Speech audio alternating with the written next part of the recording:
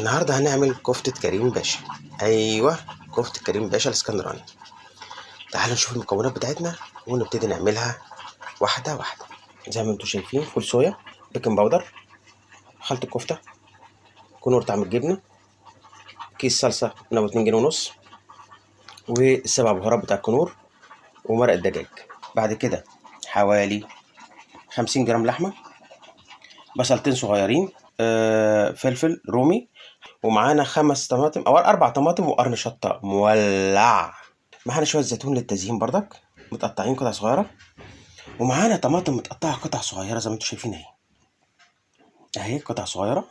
ومعانا البهارات بتاعتنا: زعتر، شطة حمراء، بابريكا، فلفل أسمر، كمون، ملح، توم باودر، بصل باودر، حبة حبهان مطحون، مع ورق لوري عشان لو في أي ريحة زفارة ولا حاجة.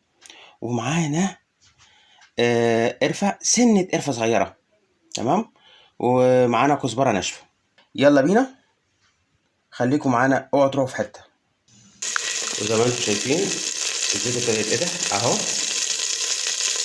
ننزل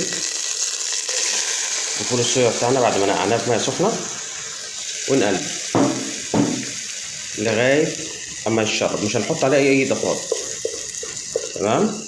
خليكم معايا، اوعوا تروحوا في حتة. وهنا اما لاحظنا انه ابتدى يستوي، نزلنا بمكعب مرقة لحمة اللي احنا وريناها لكم.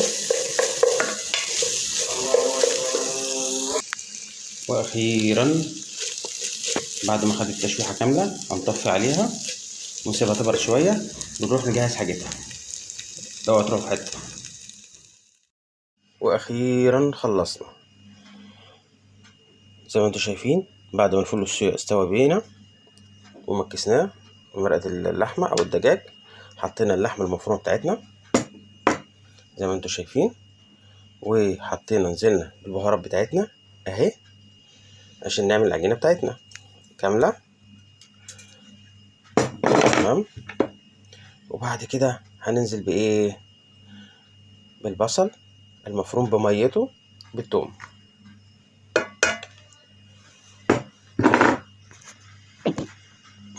زي ما انتم شايفين، وهنبتدي نقلب.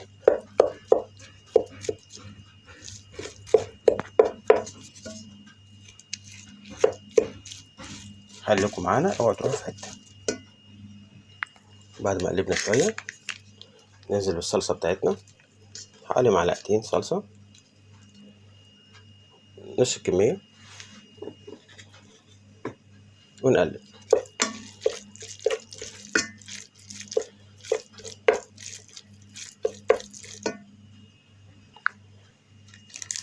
بعد كده هننزل بكيس 7 بهارات بتاع كنور ب2 جنيه ونص كامل عشان يدينا طعم كويس،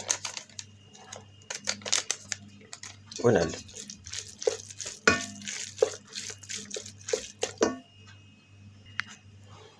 بعد كده هننزل بكيس بيكنج باودر معلقه صغيره عشان العجينه بتاعتنا تنفش اهي، مش هنزود،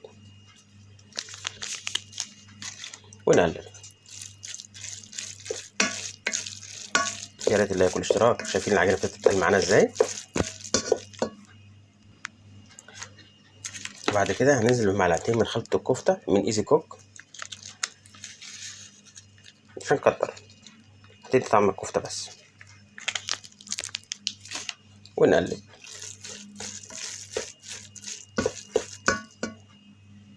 واخيرا بعد ما العجينة اتلمت كلها هنسيبها تستريح شوية ونفرد الصينية بتاعتنا. خليكم معانا، اوعوا تروحوا في حتة. مطبخ الكحيانين والجماعة المفلسين، سيد افندي المفلس دائما. الفيديو ده هيكون اهداء للانسة رهف صلاح من متابعي القناة، من الشخصيات المحترمة جدا، وربنا يبارك فيها على تعليقاتها الممتازة على قناتنا.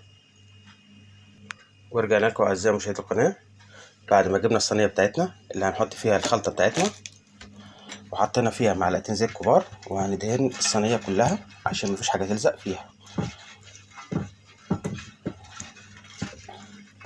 اهي من جميع الجوانب. وبعد كده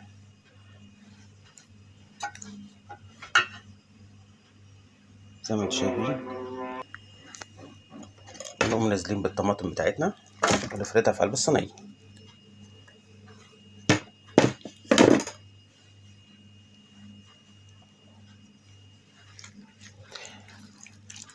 هنفردها ونرجع لكم تاني.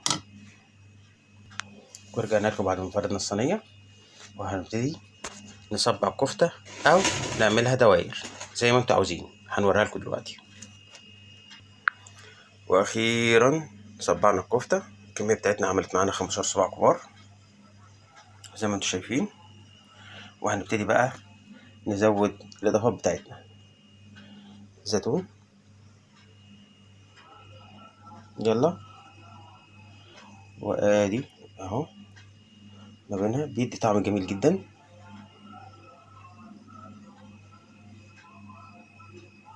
بعد كده الفلفل على الاطراف كده.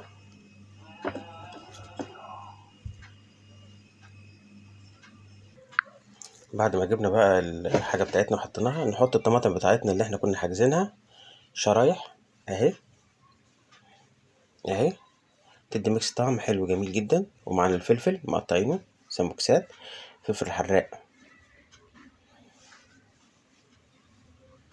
خليكم معانا، اوعوا تروحوا في حته. مطبخ الكحاني والجماعه المفلسين، سيد افندي المفلس دائما.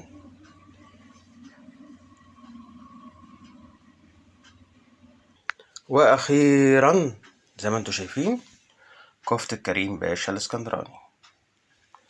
بسم الله ما شاء الله، بسم الله ما شاء الله.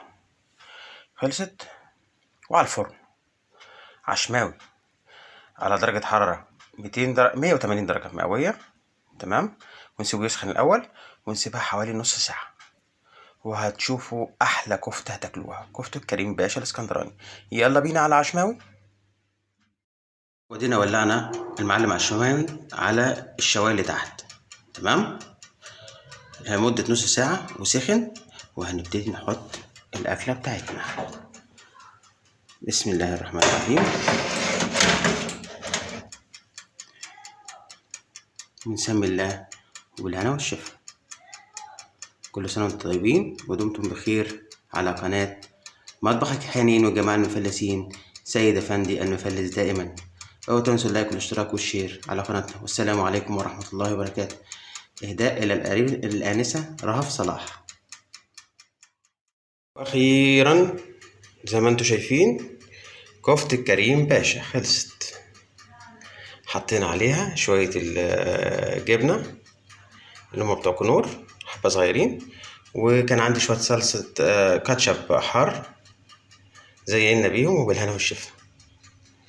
اوعوا تنسوا اللايك والاشتراك والشير على قناة مطبخ الكحيانين والجماعة المفلسين، سيد أفندي.